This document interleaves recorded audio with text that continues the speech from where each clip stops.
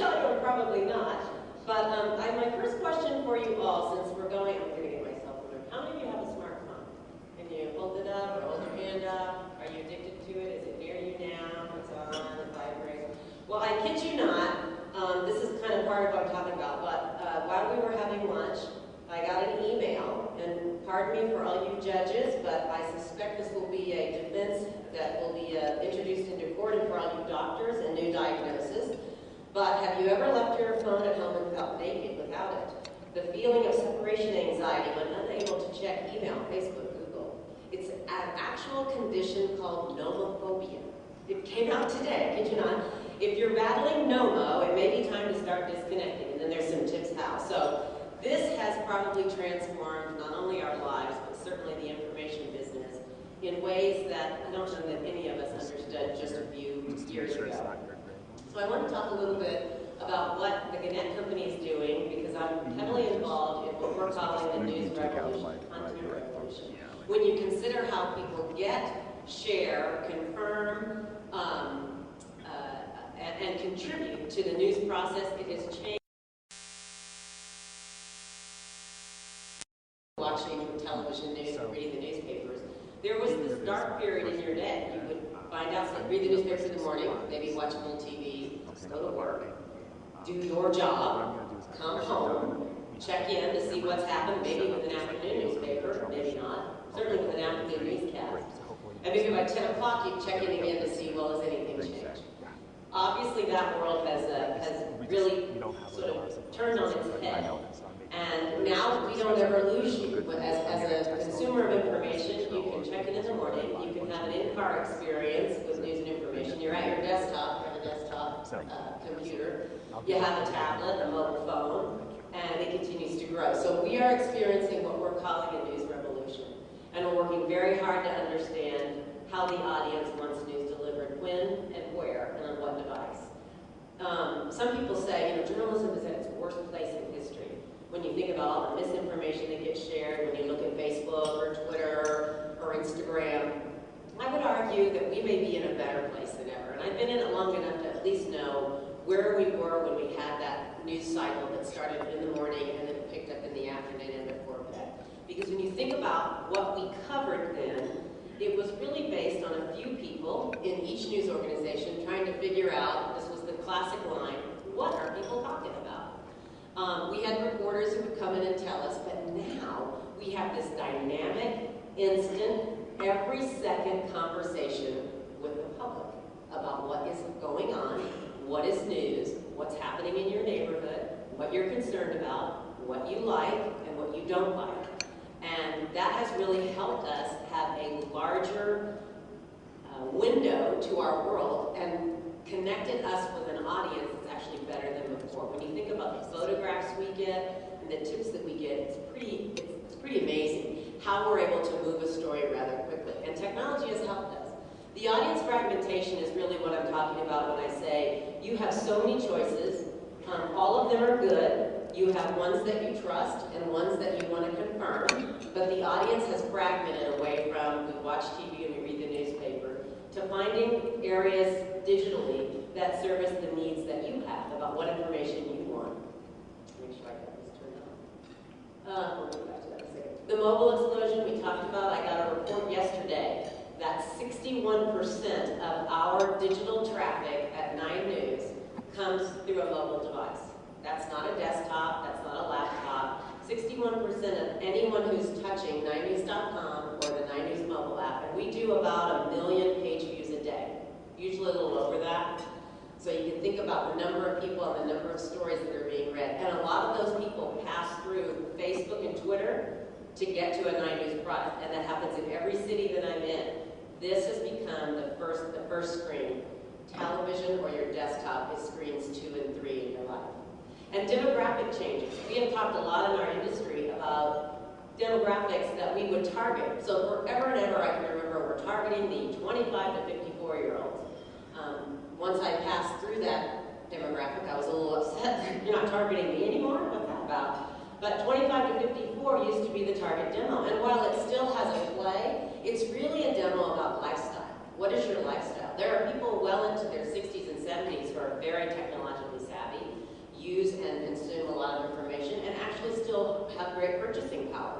So our demographics of who we're targeting changes based on the platform that we're using, and we have to service them all. When we were just a television station, we had to produce content just for television. When we got a digital platform, which was in Denver, the 9news.com platform, we had to write and produce for that. And now we're producing for Facebook, Twitter, Instagram, Periscope, Vine, the 9news mobile app. All of those are sort of changing our workflow in information.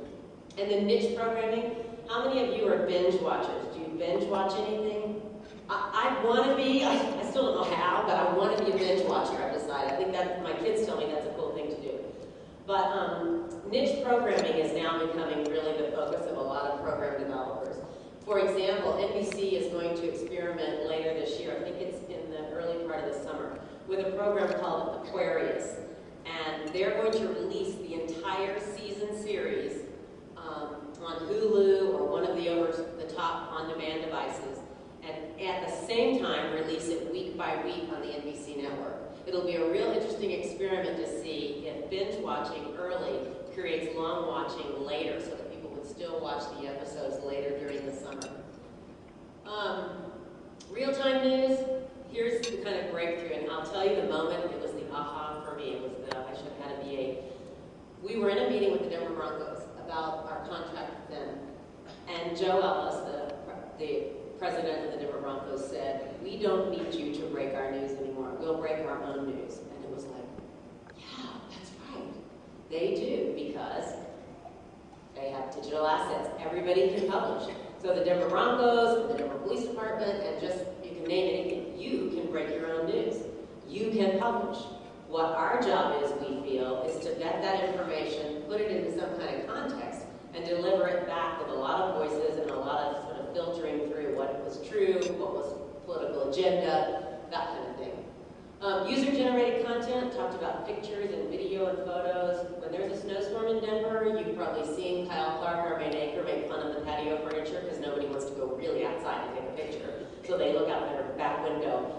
But we will get slammed with pictures. But the same is true with any other kind of accident or public concern. We are always getting user-generated content, which helps us actually cover things that we couldn't otherwise get to. That's why I think we're in a better place to cover more news than ever before.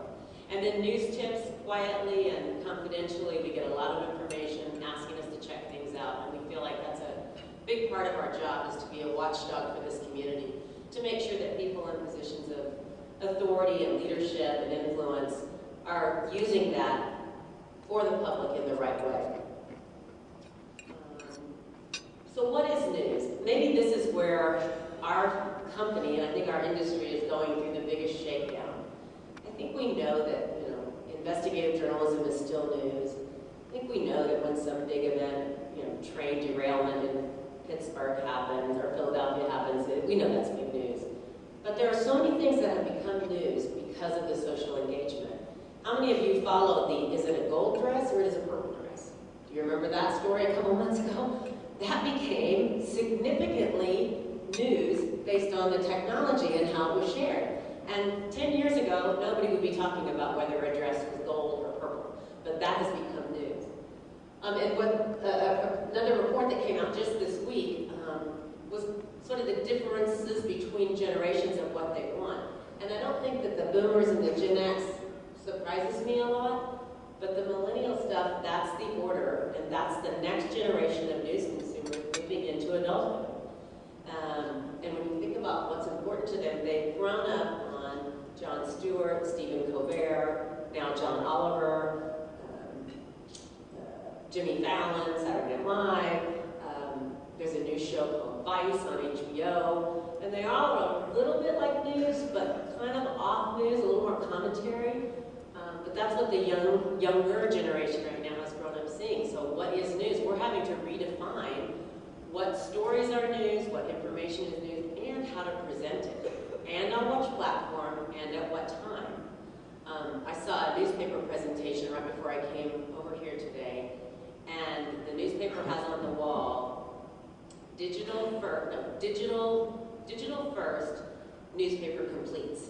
And that's what they're teaching their journalists is like, you've got to be digital first, and then when the newspaper comes out, it completes the story. And that's sort of the way television is working as well. It's digital first information, and the completion of the story and the conversation about the story can happen all day long, and then that televised broadcast story can kind of wrap it up in a bow, is how we're looking at it. And then lastly, just for display, really, is delivery platforms have changed so profoundly. About 2 years ago, we were talking about first screen and second screen experience. And we did a strategic plan that talked about first screen experience is the television, right? They're getting bigger, they're incredible, they show incredible pictures, they do incredible things. And in fact, we build rooms around them. It's not like television viewing is going away, but the information that people are getting is actually happening in their hands or their laps first. And our whole paradigm shift of whether television is a first screen or this is a first screen has changed. This is actually your first screen. How many of you use your device as an alarm clock? I know I do. And I've had an alarm clock for years, but I don't know, sometime in the last 2 or 3 years this became my alarm clock. And what usually happens is people start to look at information immediately. You wake up, you're kind of checking in, how did the world do? Did anything blow up? You know, are we still here? And then they're moving into other areas of content distribution, morning television, etc. Tablets, we know, are a second screen experience, but phablet is what I think we would call the iPhone 6. Anybody have an iPhone 6? It's bigger than the other iPhones, right? And it's a combination between the tablet and the phone. So there's the phablet name we're calling it. The iPhone watch. Anybody have a watch? Anybody get a smartwatch? You're waiting for that, all the bugs to be worked out. I don't know, I look at that and go, I don't know if I can look at my computer that small, but trust me, people were standing in line, you had to order these. This will evolve into what's being called wearable glass. And wearable glass will be in whatever form, it may be on your wrist, I don't know, maybe it'll be on your clothes, I'm not really sure how I'll develop, but you will be never disconnected from information if that's what you choose. So wearable glass, I think, is going to be a new challenge for us. How do we produce something that's interesting, visual, compelling, for a screen that's the size that fits on your wrist? And at the same time, produce something that's interesting, relevant, watchable for a 80-inch plasma screen, LCD screen in your living room. So it's been quite the challenge to have all these platforms. It's also been quite the opportunity for us to not lose an audience and to have that constant electronic conversation with what's going on in all of our communities.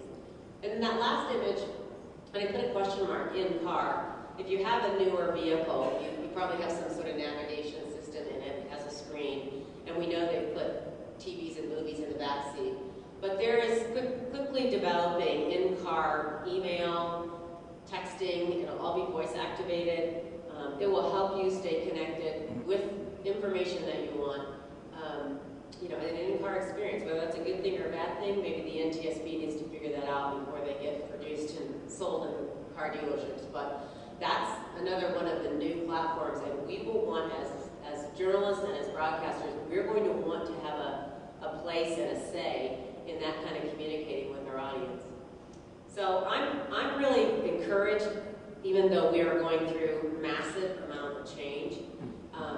Our biggest challenge really is that things that were traditionally called news have less meaning. For whatever reason, our industry, once we got live, we could go live, and that was like in the mid to late 70s, we started covering things because we could and not because we should. So that means every house fire got covered, and every car accident got covered, and those kinds of things. And it made it very easy to turn information rather quickly. Whether that's still news in the 21st century and in 2015, you know, I would argue it may not be. There needs to be other contextual information about that car accident or that house fire. Otherwise, we all live in much too cluttered environments to care about something that happened halfway across town. So we're really going through a lot of change and transformation in terms of content.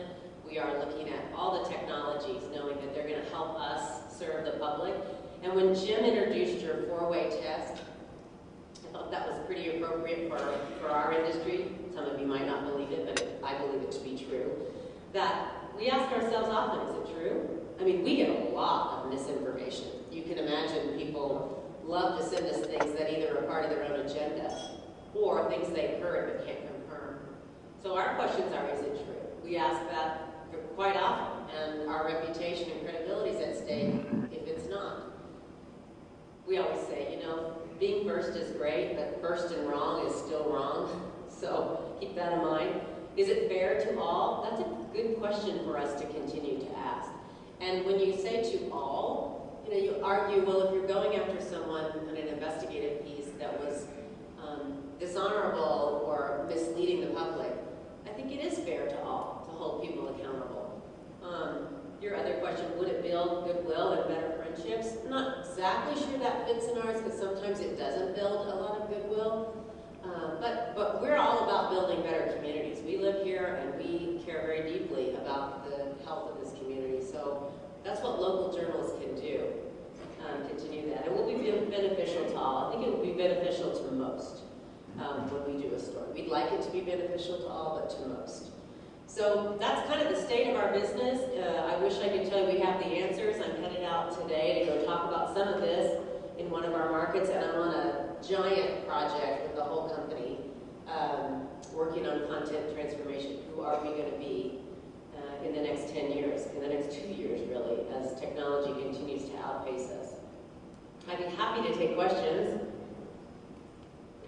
We do. Before we start the questions, I had an interesting experience. It was early on in my career with 9 Healthcare, and I had the opportunity, even though we're a separate organization, to listen in on some of the conversations that happened in 9 News.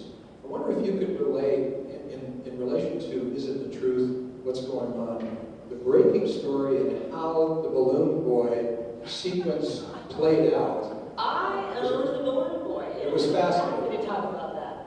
Yeah, you know what? I actually, so that was when I was running the newsroom. So let me give you the quick scenario. I was in my office doing a review on one of our staff members, and another gentleman in our organization came in, and he like opened the door. I'm like, I'm in a review, and he goes, I have a guy on the phone who says his son is flying away on a big balloon. I'm like, what? He goes, his son is flying away in a big balloon. And I'm like, hang on. So, not traditional in my role, I walked out in the newsroom, and I said, where is it? He goes, he's not on the phone now. And I said, do you have his number? And he goes, he wants us to launch the helicopter to search for him. I said, give me the guy's number. So I called him. And I said, I need to talk to Richard Heaney. And he said, this is Richard. And he was like, I said, Patty Dennis and I knew, you want us to launch the helicopter for what? And he goes, my son is flying away in a hot air balloon. It's a balloon I built. I said, why isn't he in school? And he goes, he's out for a in-service day. And I started using all my little diagnostics. I'm like, okay, what school does he go to? Give me the cross street the school is on. Then I asked him, why don't you call the police? And he said, there's a deputy here in my house. And I'm like, put him on the phone. So I get him on the phone, and I said, what's your name? What's your badge number? What's your supervisor's name? I need a phone number. And we ended up hanging up. And when I talked to the deputy was very nice. Do we have a boy missing in a balloon? And he said, yes, ma'am, I think we do. And I looked at the newsroom, and I'm like, let's go. So about the same time, the sheriff's office in Laramie County, the PIO, confirmed it to another person in our newsroom who was making separate calls. So now we have 2 people telling us we have a boy missing in a balloon.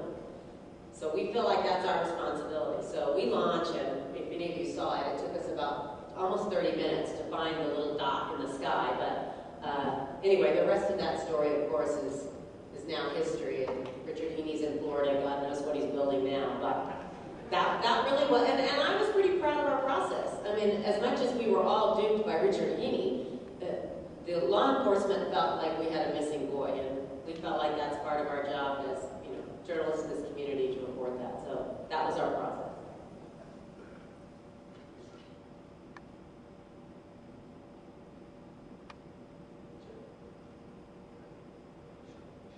Yeah, just loud. I'm concerned about the financial strength of the media today. The pressures, particularly at the local level, but I think the negative impact is larger at the national level, i.e. networks that over years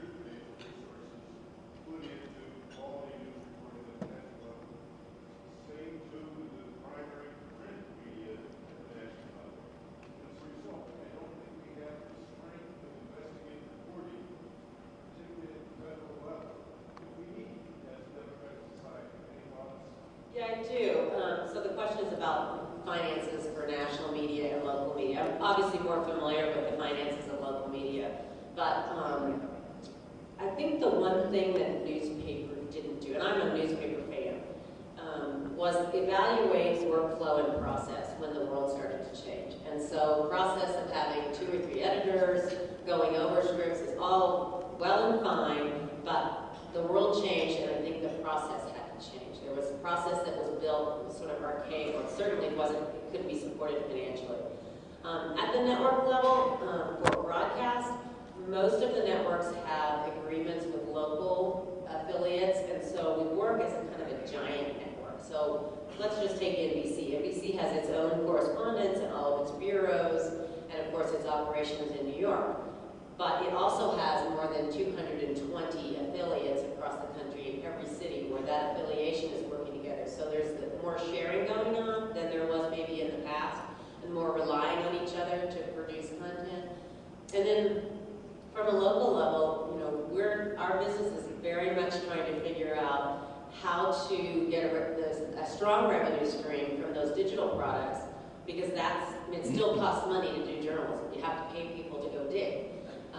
So we're working a lot on our digital revenue ideas and environment as much as we're working on the television side. But I agree that investigative journalism has taken probably the biggest hit. There's a lot of local broadcasters who do not want to spend the money on it. It takes money. For example, the investigative unit at 9 News has 6 people in it, and on any given day, they may not be turning anything. Yet we do 9 hours of live news, plus the digital platforms, plus the social platforms. So it's not like we can let 6 people just not produce today, but you have to if you're going to do investigative work. It's a challenge. It's definitely a challenge, and for newspapers, I think even more so. Thanks for coming, Benny. The slide that you had about what the different generations consider news is very troubling to me. Table-mate Peter agreed. Do people move through those categories? I'm very concerned with the millennials. I mean, that list, it's all entertainment. I'm a baby boomer, so I'm at the top, and I believe in that. My kids don't read the newspaper. They don't watch TV news. I don't think they really get a good, broad information. That's very troubling to me. I don't know that we know. Certainly I don't know. But I think when you think about the 20 or maybe even 30-somethings, 30 years ago, not heavy consumers in local news, no real tie. They may not own property, not invested in the infrastructure of the city they live in. So I'm hopeful that they grow into it, more concerned about what's going on in their own world in terms. But on the other hand, information flows so fast, and that entertainment part, for me, it's not just entertainment news like Entertainment Tonight. It is how entertaining is the news. So you think about a Jon Stewart or Stephen Colbert or a John Oliver, they're talking about today's events, but they're doing it in a humorous and sometimes very comedic way. So if that's the way we reach a different generation with important information, we may have to, that may be part of ours. How interesting is it? Are you making it interesting?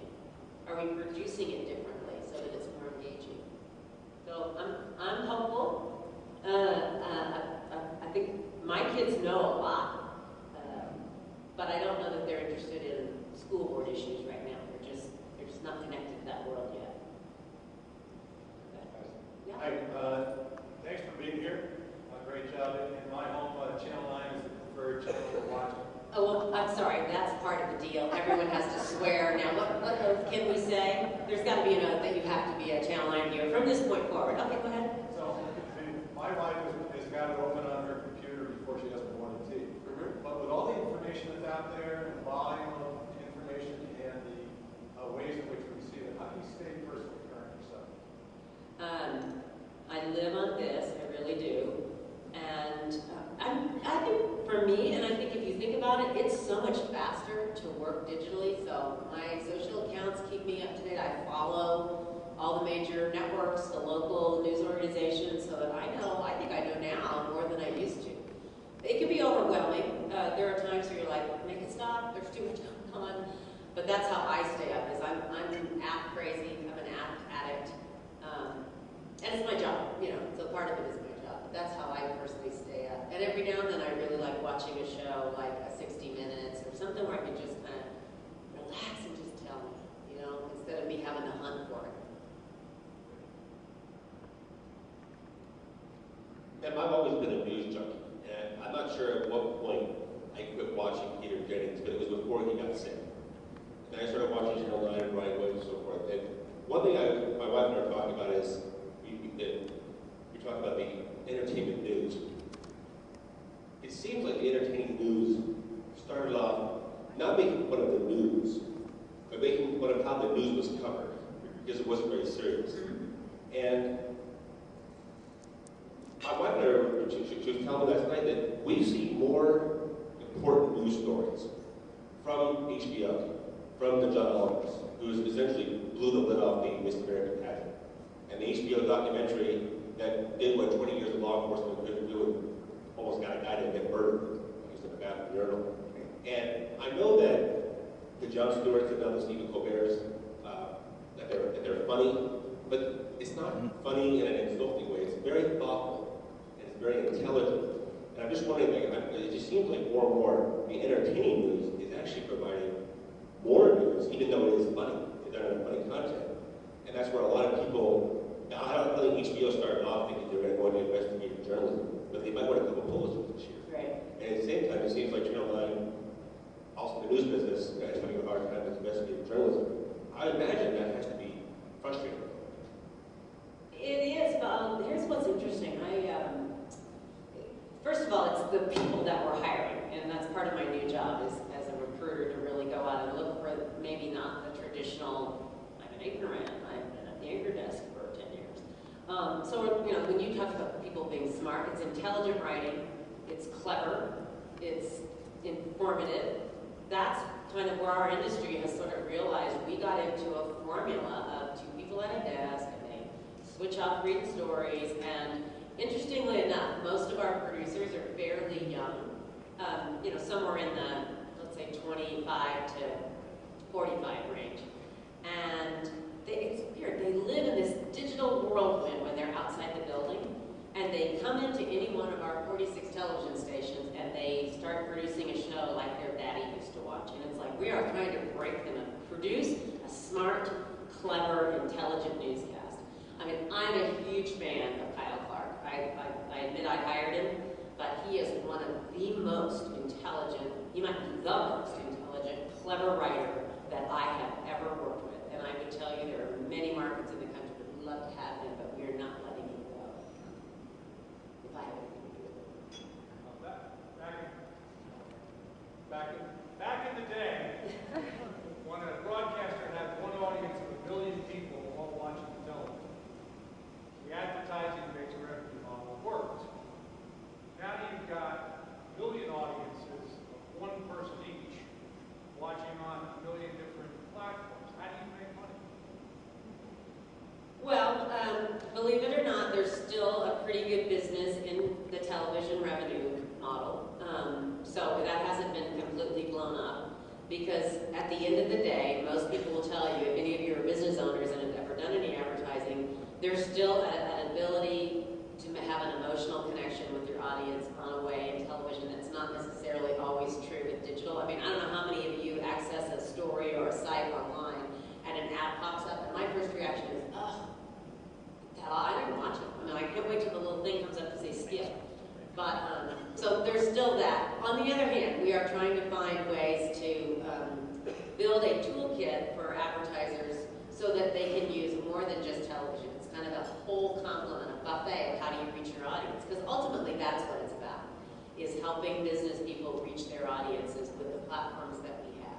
So there's a lot of discussion about digital revenue, there's a lot of discussion about social, and there's a lot of discussion outside of the news about product placement.